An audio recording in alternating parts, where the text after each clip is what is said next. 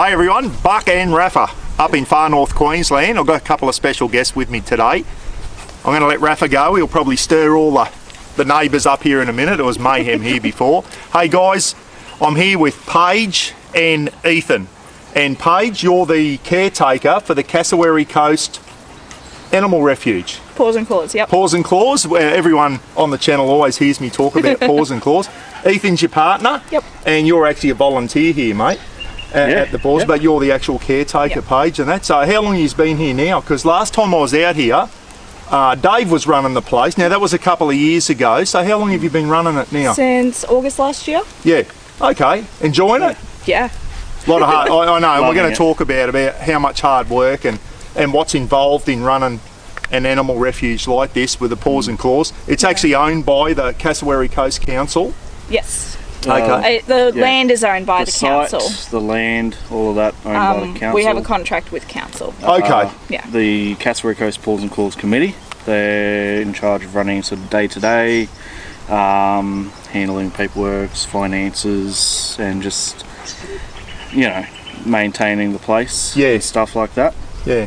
And we just sort of keep everything going. Keep the wheels turning. Yeah. Are you originally from Innisfail, or did you move up to Innisfail to take I'm that from position? Cairns. All right. Yeah, you come down. Moved up here almost 17 years ago. Yeah, yeah.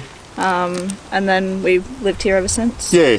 Oh, that's fantastic. So we'll go into talking about what it takes to run an animal shelter like this. Now, everyone knows out there that it doesn't stop, does it? You think you're getting rid of it, and then more come in. What's the reason where you get most of your dogs? Are they people abandoning them, handing them in because they're moving away and can't have a dog? Are they from the pound?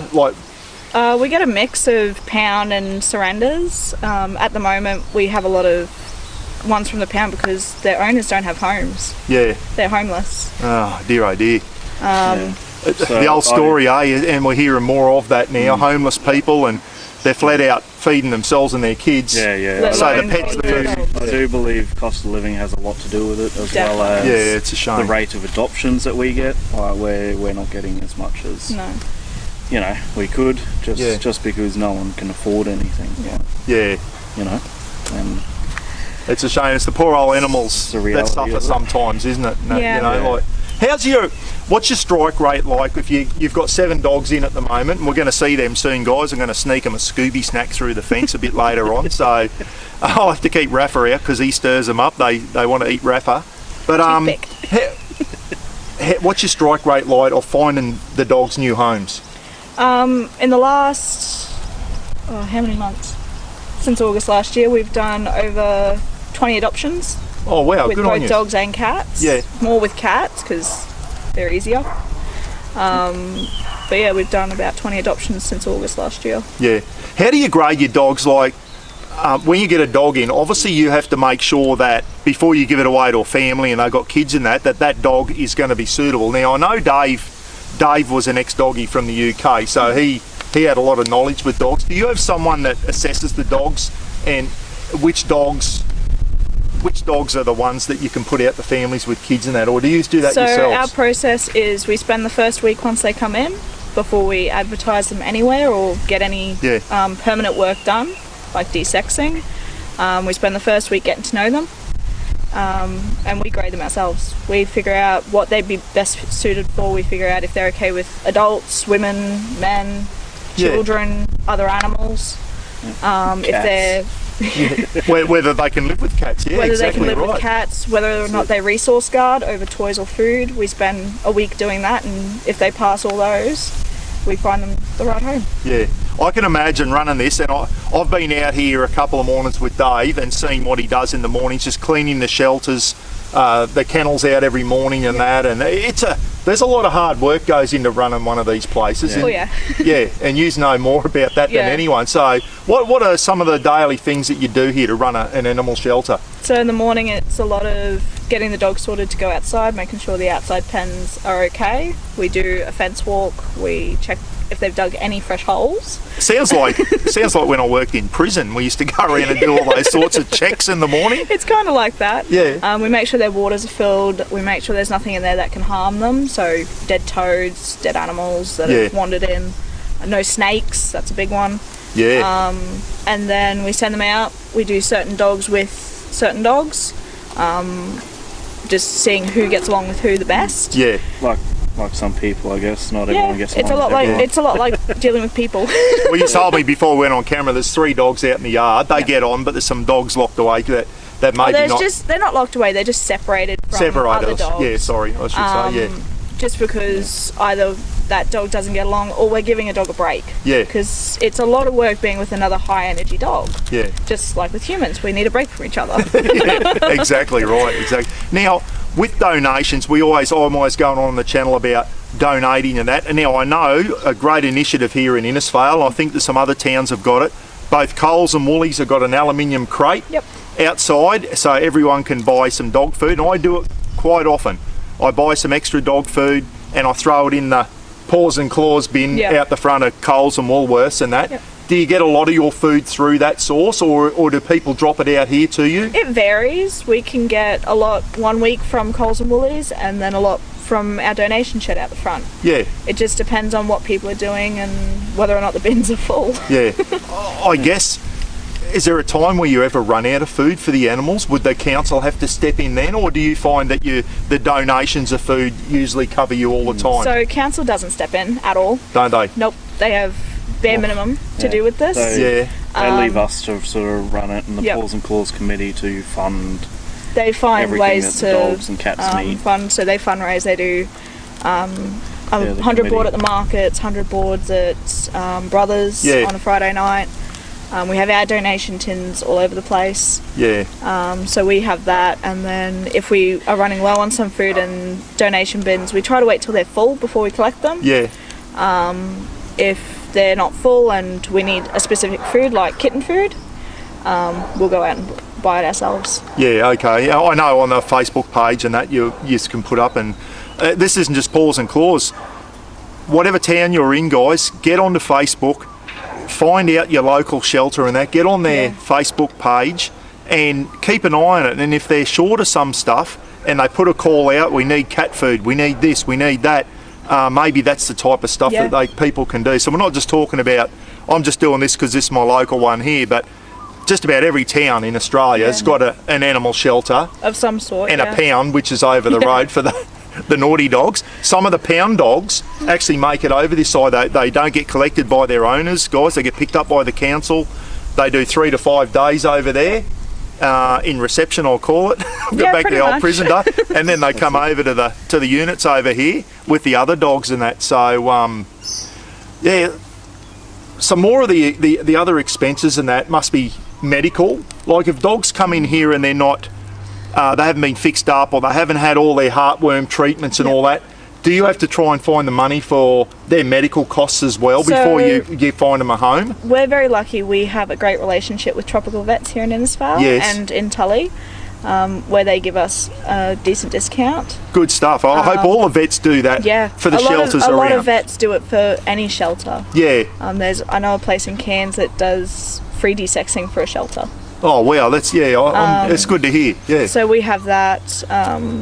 Sometimes if the animals do come in with vaccinations, we still get them vaccinated ourselves because they may not have record of it. Yeah. Our biggest one is they're never coming in microchipped, which is usually the way we get them from the pound. They don't have a chip, so their owners don't know that they're missing. Oh dear. Or they do know and they don't know where they are. I was going to say this earlier, I'm going to say it now. Having an animal, everyone, whether it's a cat or a dog or a bird, it's a lifetime commitment. Like it's not just you go out and buy the Stuka dive bomber's flying over again. He does it every time I film. That plane flies over. So it's a big commitment owning an animal. It is. You can't just buy a dog or a cat for your kids, guys, and after 12 months get the shits with it and then just hand it in. And that's what happens, unfortunately, with a lot around Christmas that happens. Christmas times, a classic example. Just this past Christmas, we had 4 people ring up asking to surrender their older animals because they just bought a new animal. Oh, come on. That's ridiculous. Yeah. You got an animal, you see it out to the end, guys. You know, like, I don't know why people do that. Well, you go and get a new animal before your old one passes away. That's incredible to hear that there's people like that around. Like, get a new animal, but commit to it. Commit to both of your pets and that before you hand them in. So I want to talk about your partner for a minute. Go for Ethan. it. I only met him not long ago, guys, and I met him through the PCYC Break the Cycle driving program. Now, this young fella here, I'll call him a young fella because he's a lot younger than me. You're volunteering here, helping your partner out at the Cassowary Coast Paws and Claws Animal Shelter. You're also a volunteer, and this is coming up as well, at the Mission Beach Wild Care down in Mission Beach that look after cassowaries and turtles and birds and all that type of some wallabies and that. So Ethan's been Ethan has teed up with the people down there, and they're happy for us to come down and do a little clip at some stage down there. So you volunteer there, mate. You volunteer at the local state emergency service in town, and you're also volunteering at the PCYC. So here's a guy here that's really giving back to community, everyone. I know this is probably almost a full-time gig running this, but the two of you, this is a full-time gig here. Speaking of which, do you have other volunteers? Can people come out to the local animal shelter and say, I want to come out 2 mornings a week and give you a hand to clean the kennels or something out? Do you, people are allowed to volunteer their work? So we have our volunteer hours usually just before our business days. So Monday, Wednesday, Friday and Saturday mornings we have our volunteer hours from like 8 till 10. Yeah. You come out on a Saturday morning, it's usually your first best bet because I have a bit of free time and I'm not running around like a headless chook. Yeah. We show you the ropes. You have to be over the age of 16 to be here unaccompanied by a parent. Show you the ropes, and if you're interested, you don't have to do dogs and cats. You can choose which one you want to do. You can choose if you want to handle the poop. You can choose if you just want to walk them. Yeah. I was going to come out there. Dave said, why don't you come out in the afternoons and walk the dogs? And I didn't, and you know why? Because I get attached to them and want to take one home, and I can't afford, I just can't afford to have another pet at the moment. It's hard enough getting away with it. It's a commitment, mate, and I know if I come out and start walking these buggers, I'll get attached to them and want to, and that's always what happens. And, the kids see the little puppies and they want a puppy, and then once they grow up, they don't want them anymore, and they hand them in. So it's a shame, but for sure.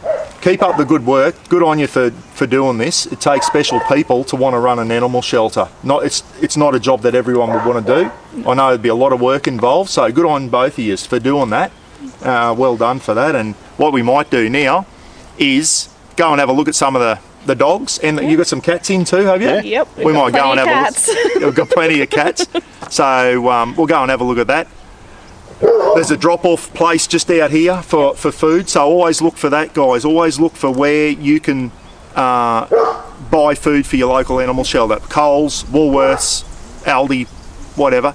If your Coles or Woolworths don't have a crate out the front, go and see the manager and say, how about getting a food donation bin out the front?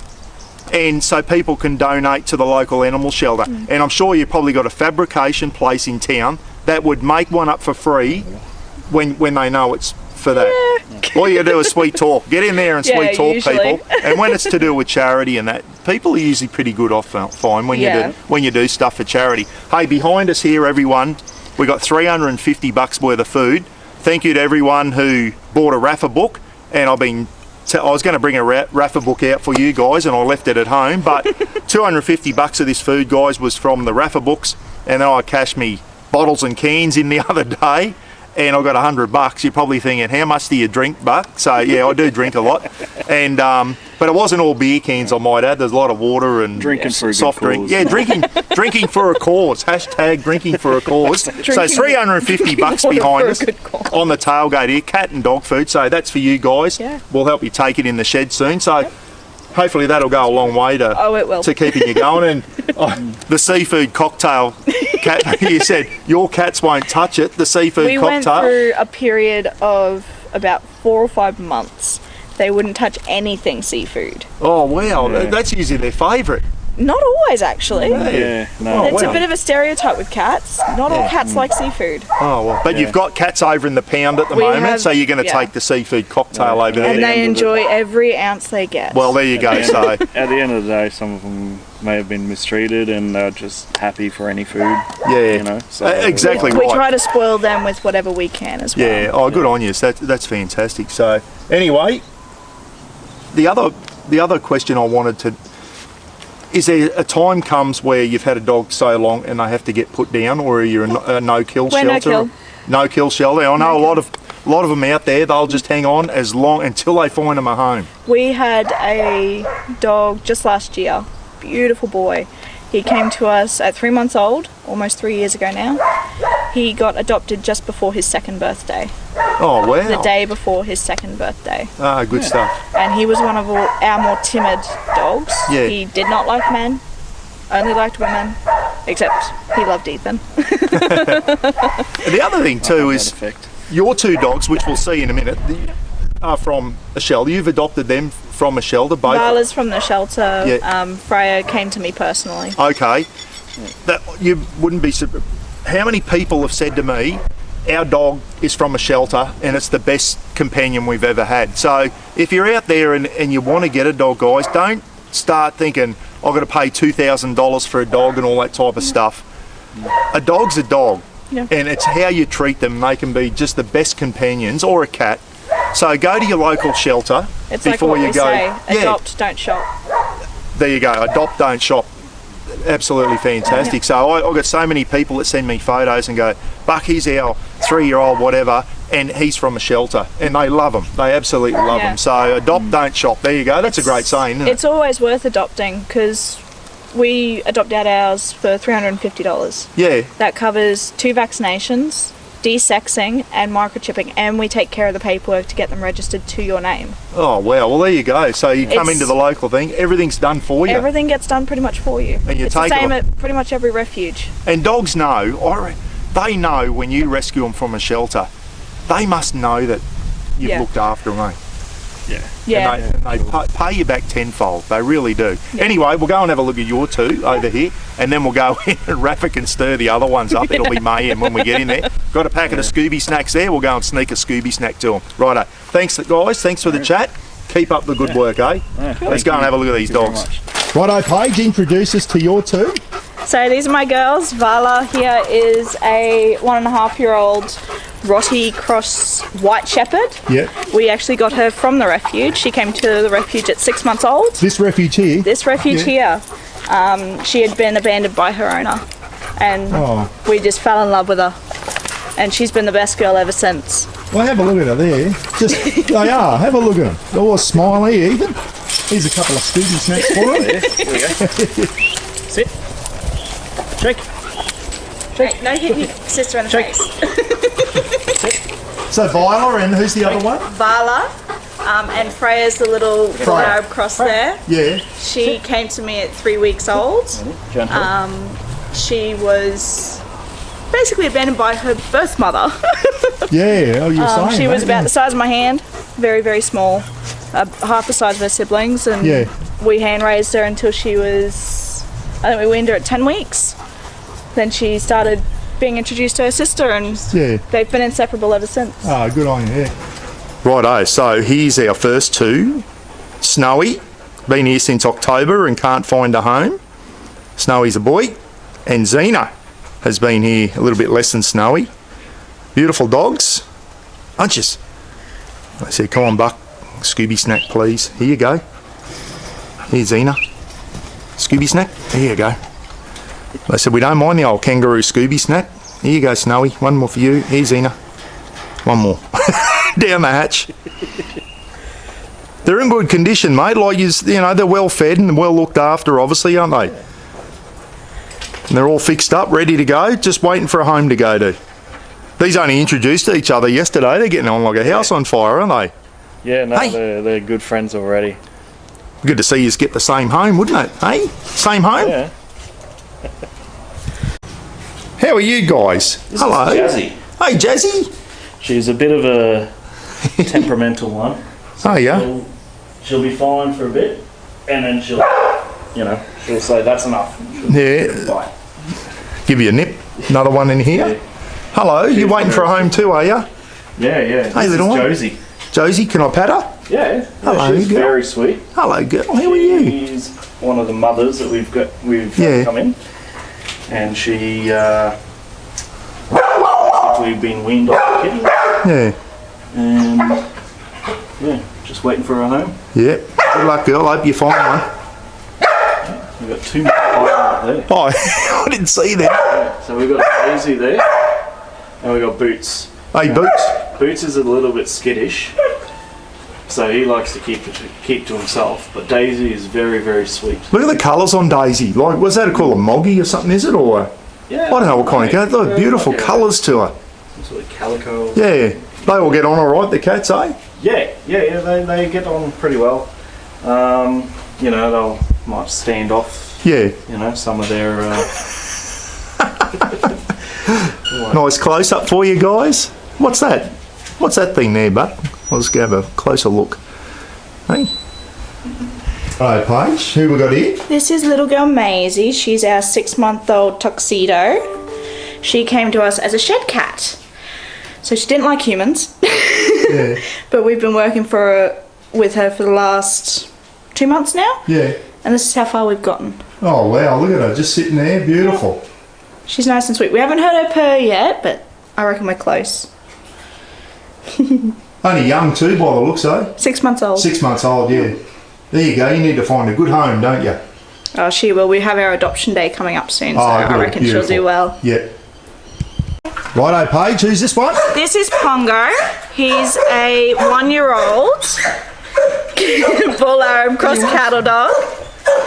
He's not actually a Dalmatian despite his spots. Yeah, he looks like you'd think he's had Dalmatian. Yeah, but he's one of our long-termers. He's been here since August. He came with 2 of his siblings. Yeah, righto. Come It's on. okay, Bubba. Here.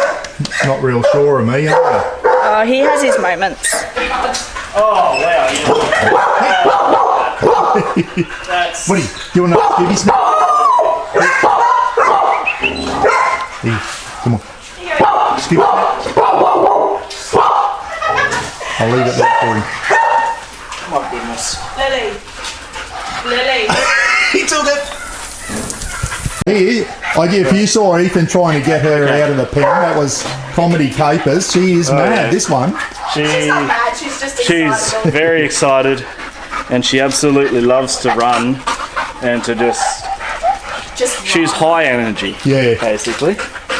So if you know of anyone who likes to go for a run or anything like that. Yeah, you need some energetic sit. person to go Sit. for a 5-kilometre run every afternoon with her. Yeah. Sit. There's the slobber. Come on, sit. There you go. Oh, Look at beauty. that. Smash that Good kangaroo. Lily. Yeah, so what, she's about 2 years old? Yeah, she got plenty of energy, that's for sure. Yeah. So she's still a puppy. Oh, Gee, she got some strength. Nearly pulled your arm out of its socket. Here you go. Hey, yeah, Lily. Look at this. Look at this. Oh, I've still got 5 fingers yet. She loves to talk with the other dogs, that's for sure. Yeah. And she's got that sort of classic staffy sound. Yeah. Bark, yeah. But she is absolutely adorable. Right, Ethan. We have 3 amigos, 3 best friends. We got Curly there. Curly?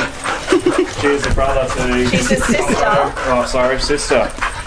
Sister to Pongo and Sister Snowy. to Pongo and Oh, Snowy. yeah, righto.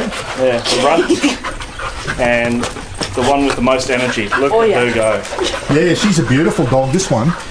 She's a year and a half and she's got more energy than the puppy. Yeah. When we go to put her in the pen in the afternoon, or when we go to let her out of the pen in the morning, basically, for, playtime, she literally shakes with excitement. Yeah. She just stands there up and just shaking, like wagging tail, and Hey, you're a beautiful girl, aren't just you? that much energy. It's crazy. Yeah. Hey. She's very, very sweet. Yeah, that there, that's Kona. Now Kona. That's Kona, yeah. Yep, Kona is definitely one of the sweetest dogs that we have. Right? He's 9 months old and he's more well behaved than our older dogs. Yeah, okay. He is very gentle. I guess. They just love the human interaction, don't they? You can just tell. Yeah, no, they definitely want to be adopted, that's for sure. Yeah. They definitely want their own people. That's it. But yeah, that's Here you go, mate. Oh, thank you. Yeah. Hey, Ethan's got the Scooby snacks. Look. Yeah, put it. Ollie, sit. There you go, buddy. All right. Sit. Next we got Ollie. Ollie's the red, what do they call it? Chocolate Labrador? Chocolate lab. Yeah. He's cross Staffy. Oh, yeah, nice. We're not really sure No, exactly. Staffy? Yeah, he's Staffy. Oh, yeah, he Looks does, a bit he does Staffy have in the that face, Staffy, yeah. Staffy bark. Actually, that's a good combo, eh? Chocolate Lab Staffy. That's a nice He is combination. what we like to call the gentleman. Yeah. So he is the sweetest. He'll jump up for hugs. He'll wait for you to give him attention before he starts acting like a maniac. There's no other psycho like this one. Yeah. She's a beauty, this little one. They've all got to fight for attention with this one around. There you go. Hopefully more. Hey, good luck finding a home, mate.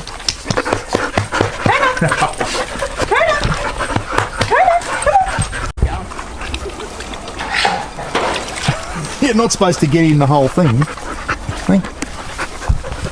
Righto guys, so there you go. Thanks to Paige and Ethan for showing us through Cassowary Coast Paws and Claws. And one thing, is Dee and Jacqueline still on the board? Dee's from out at Mirrawinny there. No, that's not on the board anymore. Two people that I used to know used to be on the Paws and Claws board and that. So Rafa said, anyway, if you can get out there and support your local animal shelter, no matter where you are, everyone, you've seen it. This is just a little one here in Innisfail, so you got big ones in the cities and that, but if you're up for a new pet, before you go and buy one, go and check out your local shelter, and you get them at a good cost. They've already got all their medical stuff already done. Yeah. If you can, when you go to Coles or Woolies, see if there's a donation tin there. Buy a little bit of food, even if it's 1 or 2 cans. You know, it's cheap as. Put it in. It all helps. Yeah, it all helps does. keep these animals alive. And I think it's just fantastic what you two are doing. And they're beautiful animals in there. I hope they all find a great home. So if you need a dog or a cat, guys, go and check out your local shelter, please. Anyway, thanks again, guys. And next time I see you, Ethan, we'll probably be down at the Mission Beach Wildcare. You'll see both of us. Oh, you'll be both down there? Excellent. And unfortunately, a cassowary got hit down there the other day on the Tully Mission Beach Road and orphaned 2 chicks. What happens with those little cassowary chicks now? Do they just go? So Department of Fisheries and Wildlife will take them to the Cassowary Sanctuary, raise them up, and... Where's the Cassowary Sanctuary? We don't advertise that. Oh, okay. There is one, but? There is one. Good. Okay. And they Fantastic. are the most equipped place I've Oh, ever that's good. heard That's good to know. So yeah, it's a shame. Yeah, it was on Facebook the other day. It would have been the male because he looks after the chicks. Been hit by a car. Everyone. So it happens every year up here.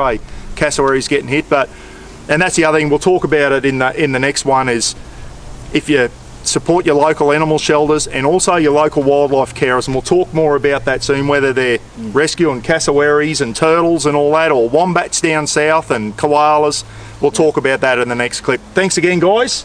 No worries. Thank you so much. Thank you. Keep up the good work. We'll see you at the PCYC, teaching all the kids all the bad habits, our bad driving. Paige, thank you so much. And keep up the good work, eh? Will do. Righto, guys. Catch you later, eh? Be good. Catch you again soon.